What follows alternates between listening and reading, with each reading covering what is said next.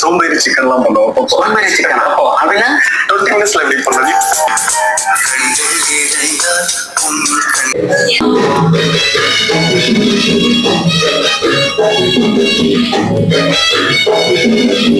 ஏங்க இந்த சோம்பேறி சிக்கன் செஞ்சுட்டாங்க.